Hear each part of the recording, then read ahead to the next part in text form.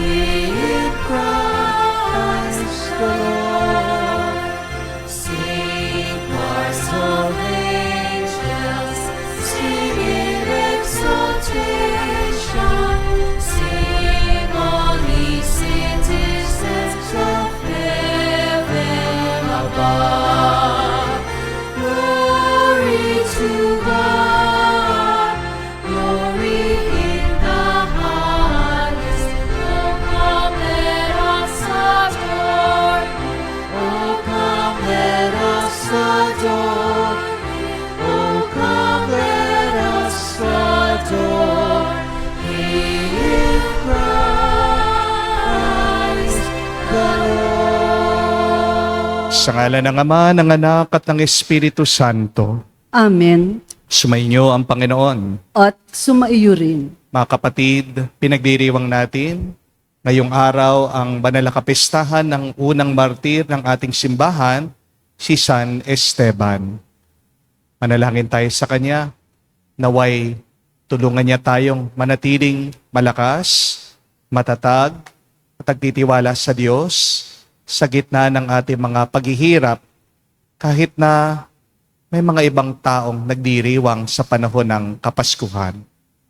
Naway kamukha ni San Esteban, palagi tayong nakatingin, nakatuon sa Diyos para mapalakas niya tayo at malampasan natin at mapagdaanan ng mabuti ang ating mga iba't ibang pagsubok sa buhay.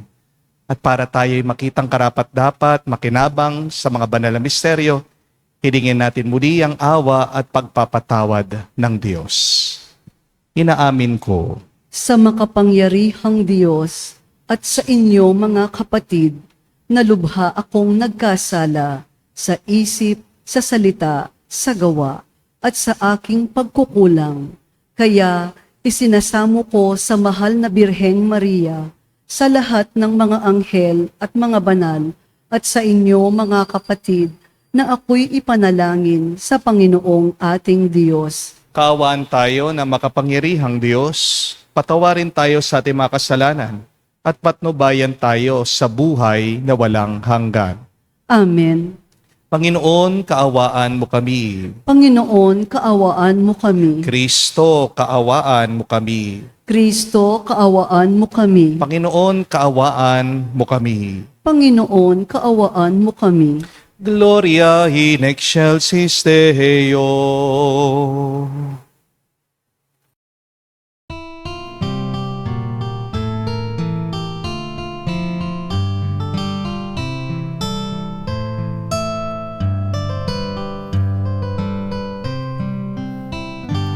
Luwalhati sa Diyos sa kaitaasan, kaloob sa lupa ay kapayapaan. Pinupuri ka't ipinagdarangal, sinasamba ka dahil sa dakila mong kalwalhatian. Panginoon naming Diyos, Hari ng langit, Amang makapangyarihan, Panginoong Jesucristo, bugtong na anak ng Diyos, Kordero ng Ama. Ikaw na nag-aalis ng mga kasalanan ng sanlibutan. Tanggapin mo ang aming kahilingan, ikaw na naluluklok sa kanan ng Ama. Maawa ka sa amin, ikaw lamang ang banal, Panginoong Jesucristo, kasama ng Espiritu, sa luwalhati ng Ama. Amen, amen, amen, amen. Manalangin tayo. Ama namin makapangyarihan, pagkaloob mong aming matularan ang aming pinararangalan, upang matutuhan naming mahalin ang mga kaaway, pakundangan sa pagdiriwang namin sa pagsilang sa kalangitan. ni San Estebang marunong manalangin para sa mga umuusig na kalaban. Niluluhog namin ito sa pamagitan ni Jesucristo kasama ng Espiritu Santo magpa sa walang hanggan. Amen.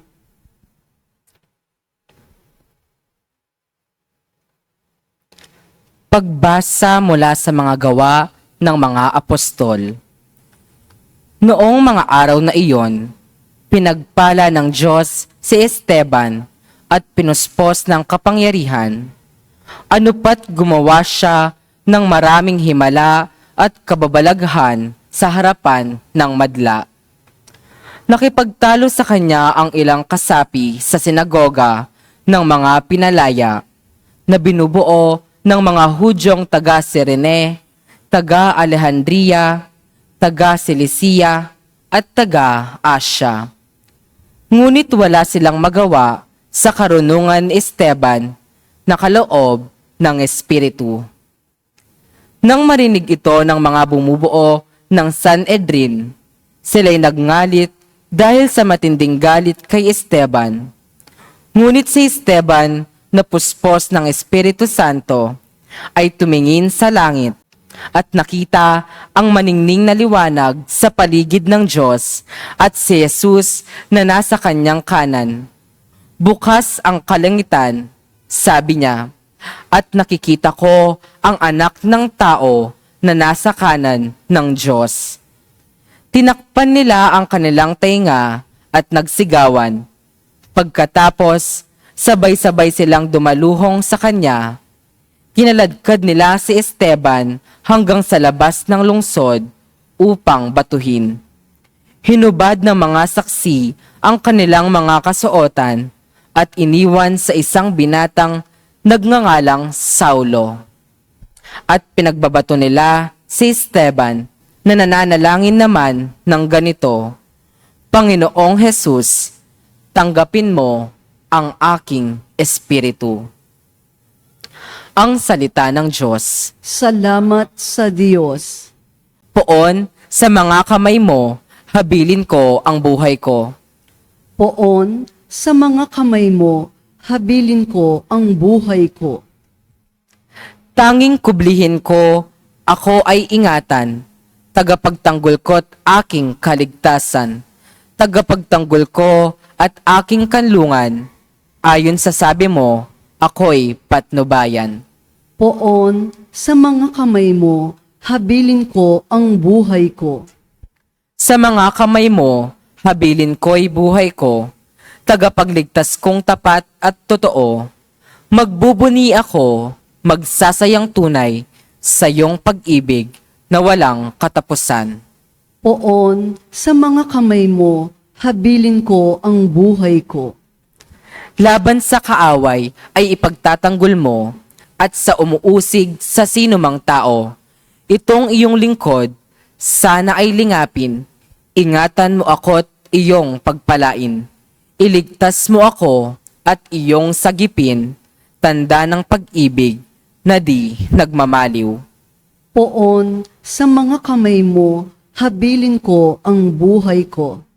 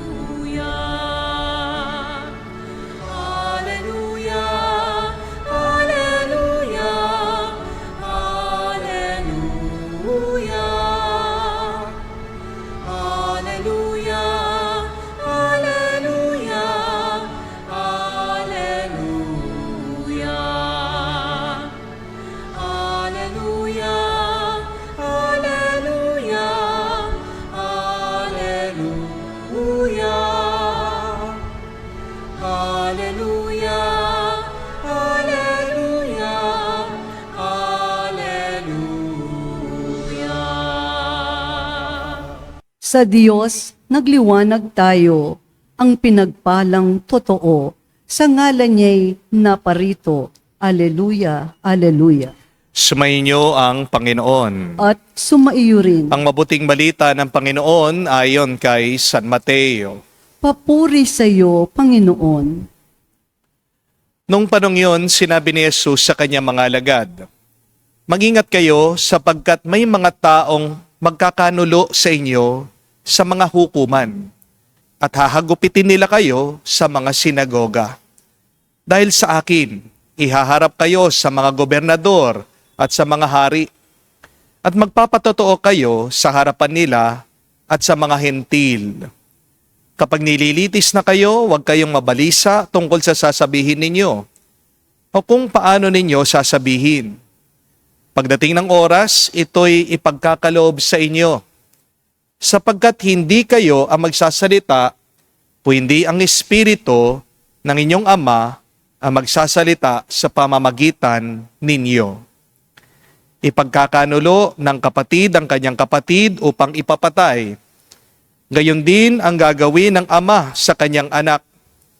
Lalabanan ng mga anak ang kanilang mga magulang at ipapapatay. Kapopootan kayo ng lahat dahil sa akin. Ngunit ang mananatiling tapat hanggang wakas ang siyang maliligtas." Mga kapatid, ang mabuting balita ng ating Panginoon. Pinupuri ka namin, Panginoong Hesukristo. Magandang araw po muli sa inyong lahat and a very Merry Christmas po sa inyong lahat.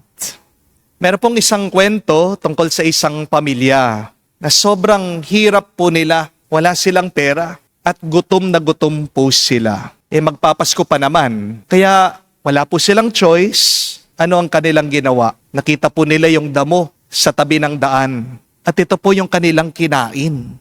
Habang ngumunguya daw po sila ng damo, meron pong isang magarang sasakyan ang huminto sa kanilang harapan. Binuksan daw po ng mayaman yung kanyang bintana at niyaya niya yung pamilya. Sabi niya, "Tara, sakay kayo, sama kayo sa akin. Marami akong ipapakain sa inyo doon sa aking mansyon." Tuwang-tuwa daw po itong magpapamilya. Dali-dali sumakay po sila dun sa sasakyan ng mayaman. At nagpapasalamat sila sa Diyos. Pagdating po nila dun sa bahay ng mayaman, hindi po sila dinala sa kusina. Diniretso po sila dun sa hardin. At pagkabukas po ng pintuan ng sasakyan, alam niyo po sabi ng mayaman, "Ayan na, kita nyo, ang tataas na ng damo ng aking garden. Kain na kayo," sabi niya. Ang akala po ng mayaman, kumakain talaga ng damo yung magpapamilya. Ang hindi niya alam, gutom na gutom lang sila. Pero mga kapatid, konting ingat lang po ha. Baka sa sobrang blessing mo, mabulag ka na sa pangangailangan ng ibang tao. Baka sa sobrang saya mo ngayong Pasko, baka hindi mo na marinig yung iyak ng ibang tao. Baka sa sobrang sarap o ginhawa ng iyong nararamdaman ngayon, baka manlamig ang iyong puso sa pagdurusa ng iba. Hindi ba po kayo nagtataka, bakit naka-red tayo ngayon, katapos-tapos pa lang ng Pasko? Ang talagang kulay po ng Pasko ay puti, hindi po green and red ha? Pero yung iba pinipilit pa rin nila, "Hindi, Father, ang kulay talaga ng Pasko ay red. Tama lang po ang sinusuot nyo." Di ba, Father, si Santa Claus naka-red. Pero sa simbahan po, correction lang ha, ang pula ay hindi po kulay ni Santa. Ang kulay ng pula ay kulay ng sakripisyo.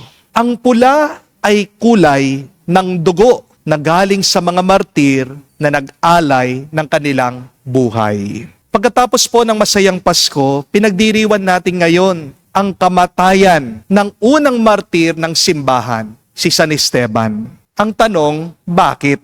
Parang napaka-anticlimactic, di po ba? Masaya kahapon, malungkot ngayon. And we ask that question, why does the church celebrate the death of Saint Stephen the day after Christmas? Pagkadami-dami naman na pwedeng piliin ng simbahan na maging araw ng pagdiriwang ng kamatayan, pagkamartir ni San Esteban. Bakit ngayon pa? Bakit pagkatapos ng Kapaskuhan? Because it is a reminder that Christmas is not only about happiness. Christmas is really about the truth.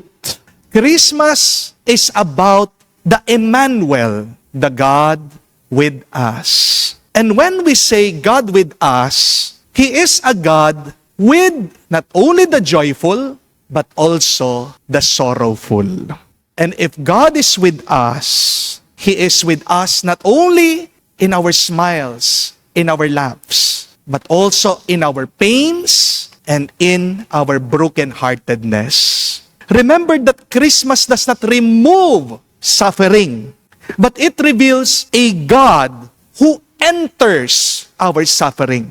Yan po ang mabuting balita.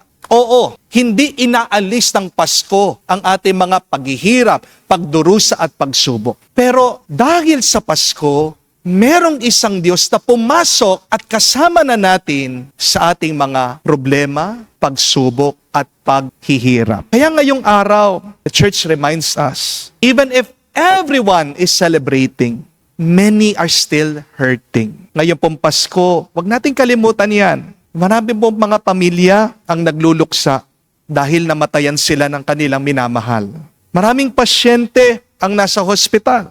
Maraming nagpapakimo, maraming nagdadialysis. Sila po yung madalas nakikinig, nanonood ng banal na misa natin online. Marami pa rin po ang mga pilit na nagbabayad ng utang, naghahanap ng pera para may pambayad ng kanilang pang-araw-araw na pangangailangan. Marami pa rin ang lubog sa baha dahil sa ghost project o failed flood control ng ating bansa. Marami pa rin po ang iniwan, sinaktan, nalugi, nag-breakdown at depress.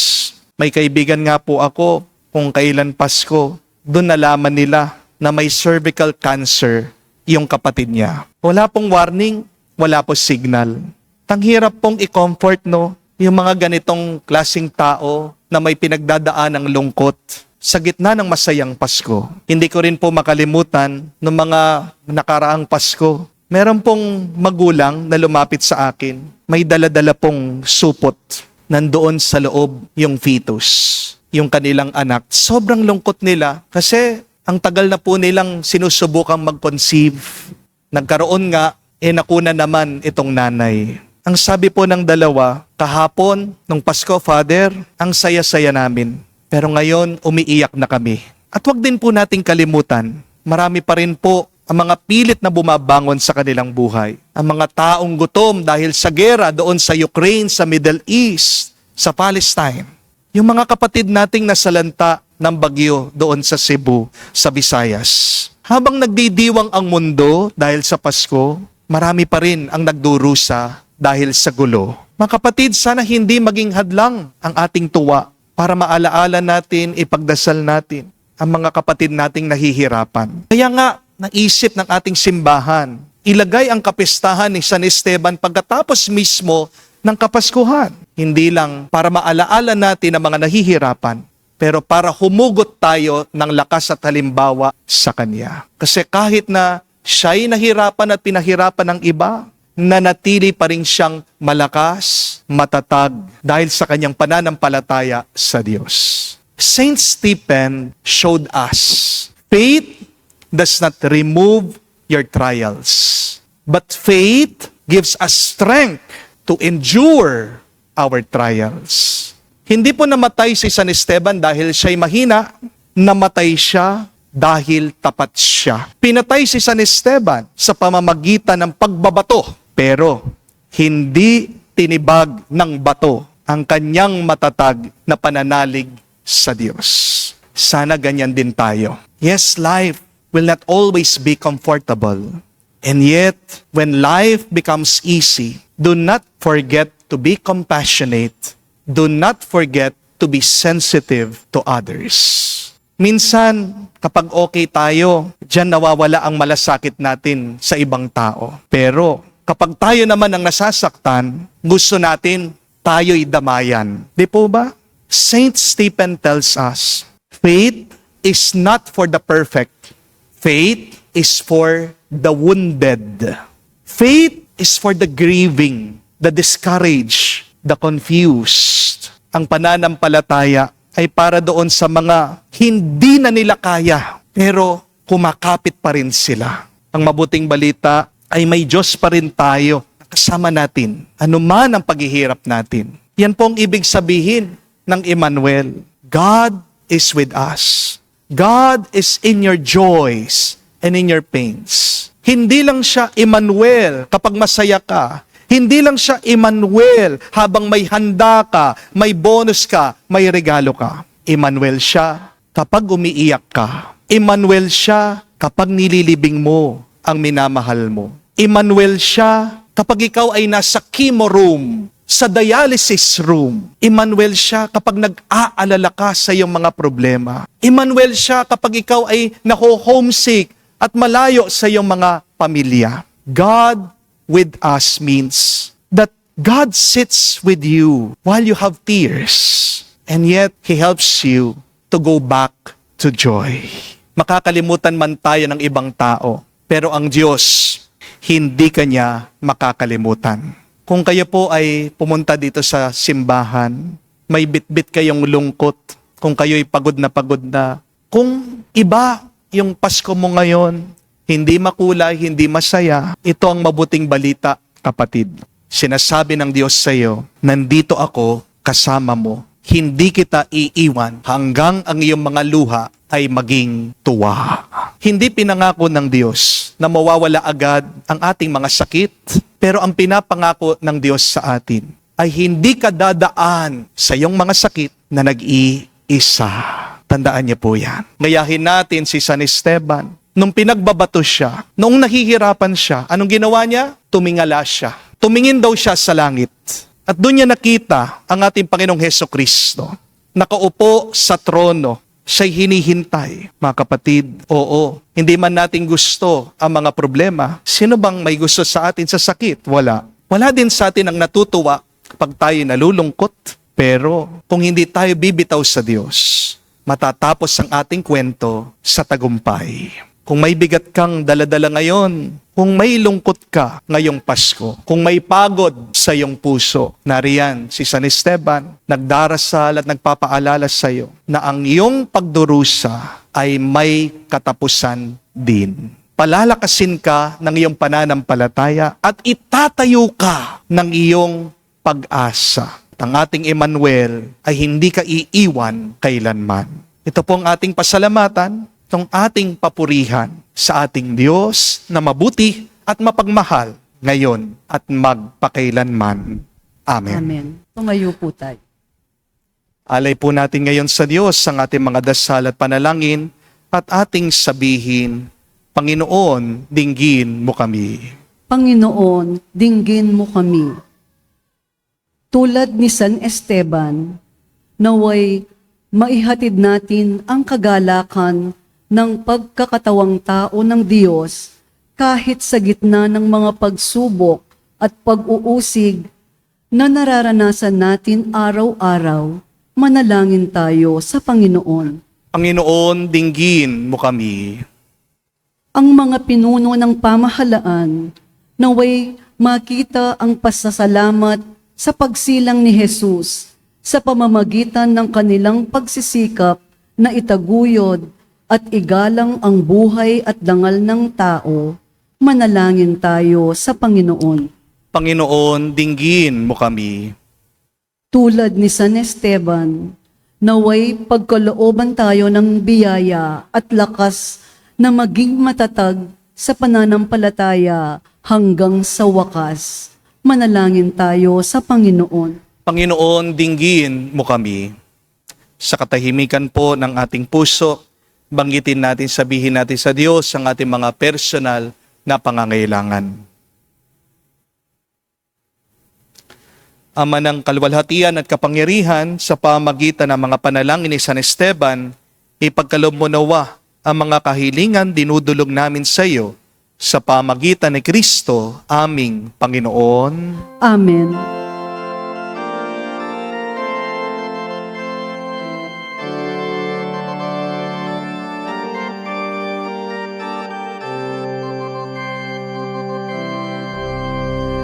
Maging tinapay ng aming tuwa, maging alat ng aming saya, maging kanta ng aming galang, maging katawan mo kami, Jesus, maging tinapay ng aming tuwa, maging alak ng aming saya, maging kanta ng aming galang, maging katawan mo kami, Jesus.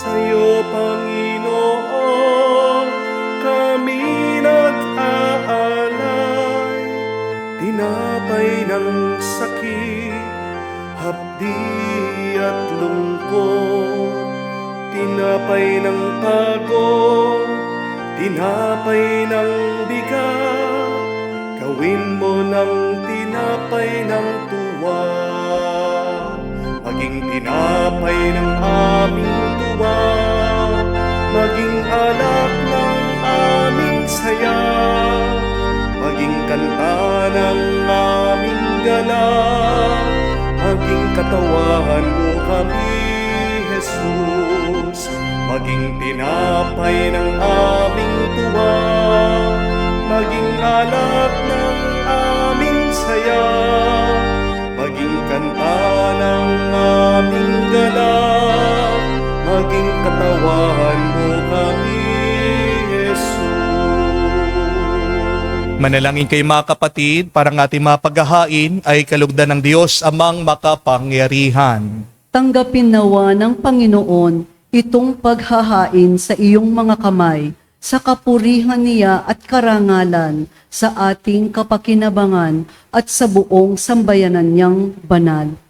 Ama naming lumikha, kalugdan mo ang aming paghahain ng mga alay na nagpapahiwatig ng mga pagpapakasakit ni San Esteban ay malwalhating dinarangal sa pamagitan ni Jesucristo kasama ng Espiritu Santo magpa sa walang hanggan. Amen. Sumainyo ang Panginoon. At sumaiyo rin. Itaas sa Diyos sa inyong mga puso at diwa. Itinaas na namin sa Panginoon. Pasalamatan natin ang Panginoong ating Diyos. Marapat na siya ay pasalamatan. Ama naming makapangyarihan, tunay nga marapat ikaw ang aming pasalamatan. Ngayon aming kagalakan na si San Esteban ay parangalan. Siya'y kapanaling naming may paninindigan na ikaw ay pahayag kahit siya'y mamatay. Sapagkat minarapat mong kanyang matularan, ang iyong anak na naghain ng sariling buhay, tulad na naganap sa iyong anak. Ang dugo ng mga martir ay dumanak, hindi dahil sa katatagang likas, kundi dahil sa iyong bigay na lakas. Kaya kaisa na mga anghel nagsisiawit ng papuri sa iyo. Nang walang humpay sa kalangitan, kami nagbubunyi sa iyong kadakilaan.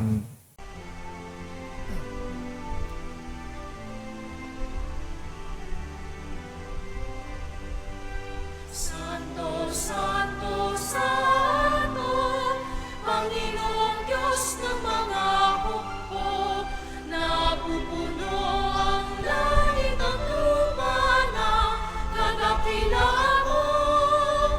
Hosana, Hosana, sa kaitaasan, pinagpala ang naparirito sa ngalan ng Panginoon.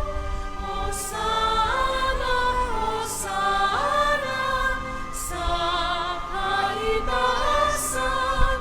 Hosana, Hosana, sa kaitaasan.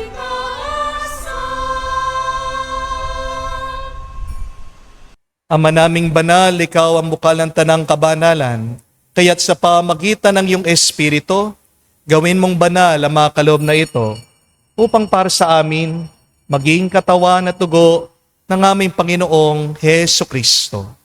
Bago niya pinagtiis ng kusang loob na maging handog, hinawakan niyang tinapay, pinasalamatan kanya. Pinaghati-hati niya iyon, inabot sa kanyang mga alagad at sinabi, "Tanggapin ninyong lahat ito at kanin. Ito ang aking katawan na ihahandog para sa inyo."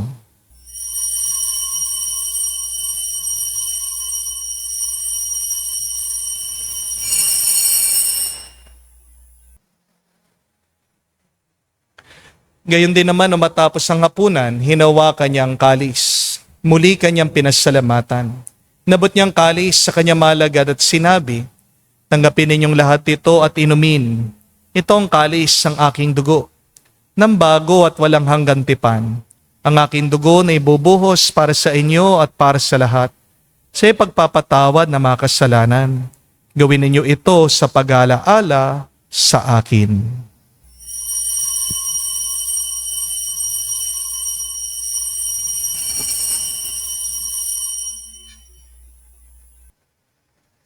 Ang misteryo ng pananampalataya. Aming ipinahayag na namatay ang iyong anak, nabuhay bilang Mesiyas at magbabalik sa wakas para mahayag sa lahat. Ama, ginagawa namin ngayon ang pag-alaala sa pagkamatay, muling pagkabuhay ng iyong anak. Kaya tinialay namin sa iyong tinapay nagbibigay buhay at ang kalis na nagkakaloob ng kaligtasan. Kami nagpapasalamat dahil kami yung minarapat na tumayo sa harap mo para maglingkod sa iyo. Sinasamo namin kami magsalo-salo sa katawan at dugo ni Kristo ay mabuklod sa pagkakaisa sa pamagitan ng Espiritu Santo. Ama, lingapin mong iyong simbahan, laganap sa buong daigdig. Puspusin mo kami sa pag-ibig. Kaisa ni Leon, ang aming Santo Papa, si Florentino, aming Arsobispo at ng Tanang Kaparian. Alalahanin mo rin ang aming mga kapatid na nahimlay may pag-asang sila'y muling mabubuhay. Gayon din naman lahat ng mga pumanaw. Kawan mo't sila't patuloyin sa iyong kaliwanagan. Kawan mo't pagindapatin kaming lahat, makasalo sa iyong buhay na walang wakas.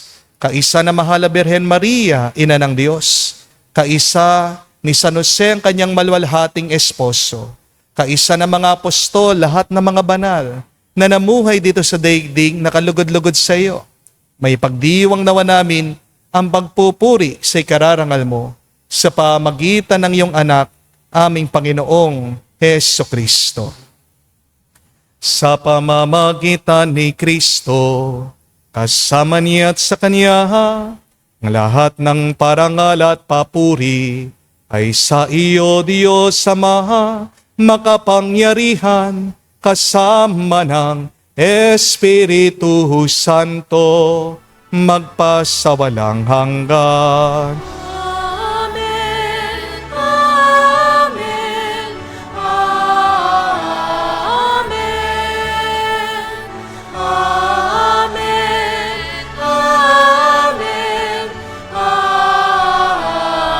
amen. Sa nakagaling na utos sa turo ni Jesus sa Panginoon natin at Diyos, ipahayang natin ng lakas, loob.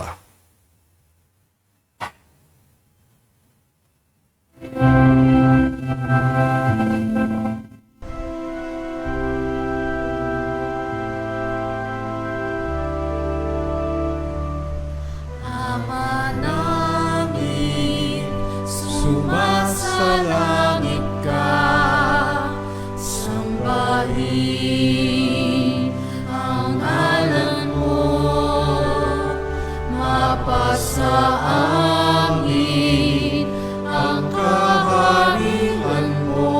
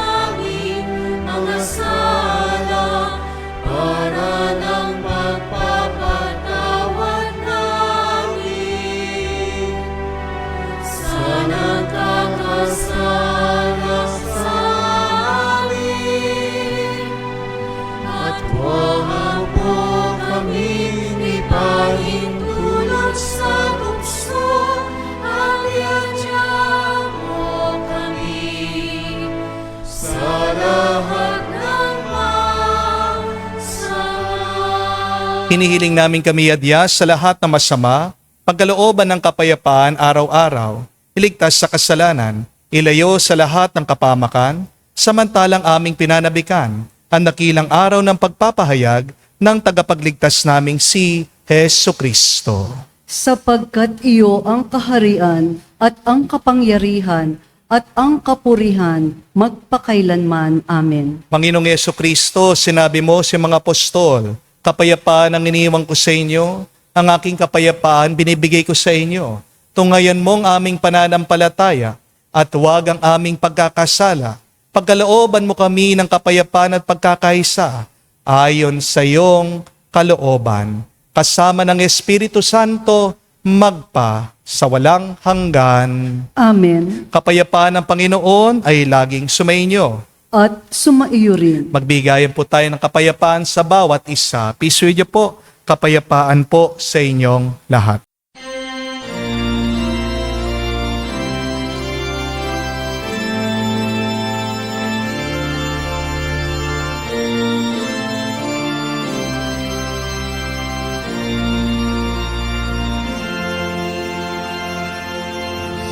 Kordero ng Diyos na nagalis ng mga kasalanan ng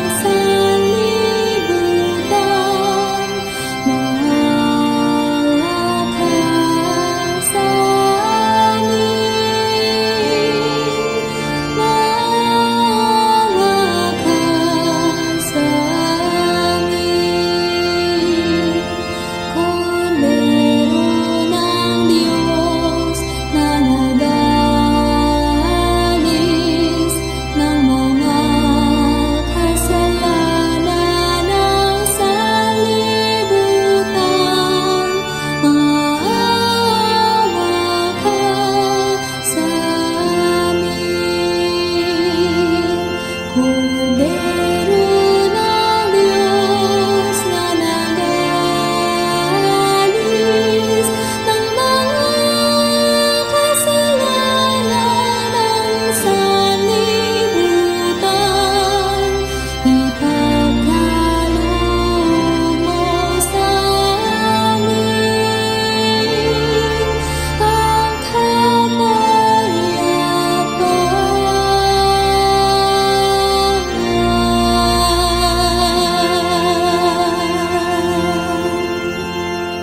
Mga kapatid, naririto ang ating Panginoong Yesu Kristo, ang Kordero ng Diyos. Siya nag-aalis sa mga kasalanan ng sanlibutan. Mapalad tayong lumalapit sa piging ng Kordero. Panginoon, hindi ako karapat-dapat na magpatuloy sa iyo, ngunit sa isang salita mo lamang ay gagaling na ako.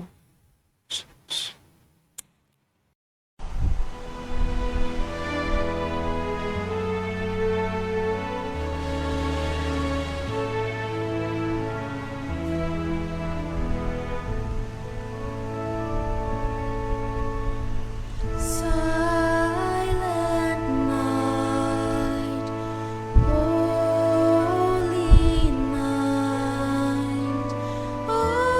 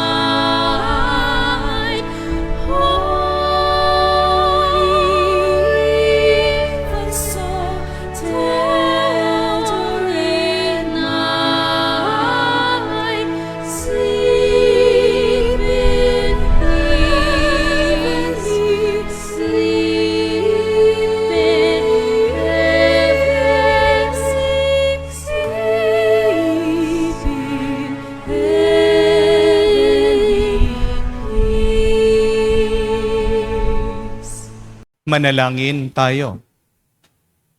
Ama naming mapagmahal, kami nagpapasalamat sa napakarami mong bigay sa aming mga inililigtas mo pakundangan sa Pasko ng Pagsilang at pinaliligaya mo sa kapistahan ng martir na si San Esteban.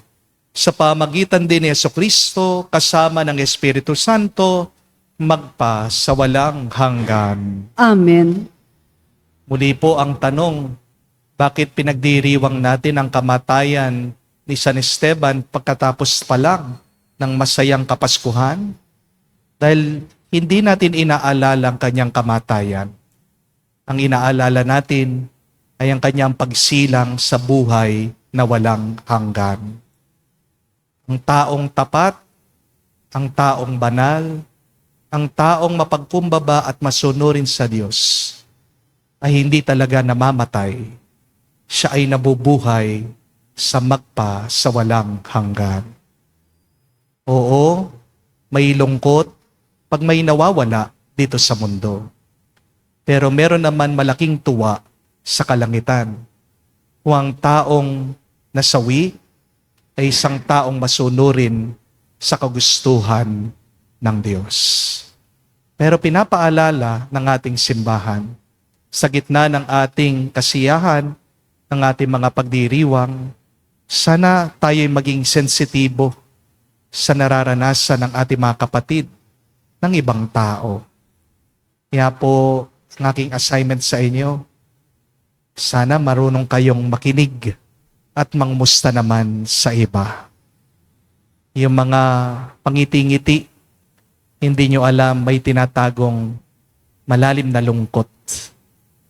Sino yung tao na kailangan mong kumustahin at pakinggan mo kung ano ang kanyang pinagdadaanan?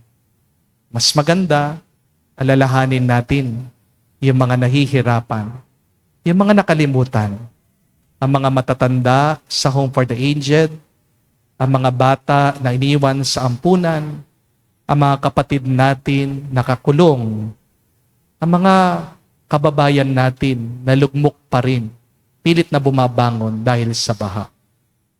Kung kaya niyo pong makapagbigay, kung kaya niyo makapag-donate, mag-alay kayo. Pero kung nahihirapan kayo, tight sa budget, kahit na alalahanin lang natin sila at ipagdasal sa ating mga tahimik na oras. Paano ka magiging masaya kung meron namang iba ang lumuluha? Tunay ka lang magiging masaya kung ang kapwa mo ay masaya na rin. Kaya pagdasal natin, patulong tayo sa panalangin ni San Esteban na ang buong mundo sa ating bansa ay maging masaya sa pamagitan ng ating pananalig na ating pagsunod kay Kristo. Sumainyo ang Panginoon. At sumaiyo rin. At kayo basbasan ng Diyos, makapangyarihan sa lahat, sa ngalan ng Ama, ng Anak, ng Espiritu Santo. Amen. Ang ating misa ay natapos na. Humayo kayo sa kapayapaan ni Kristo. Salamat sa Diyos.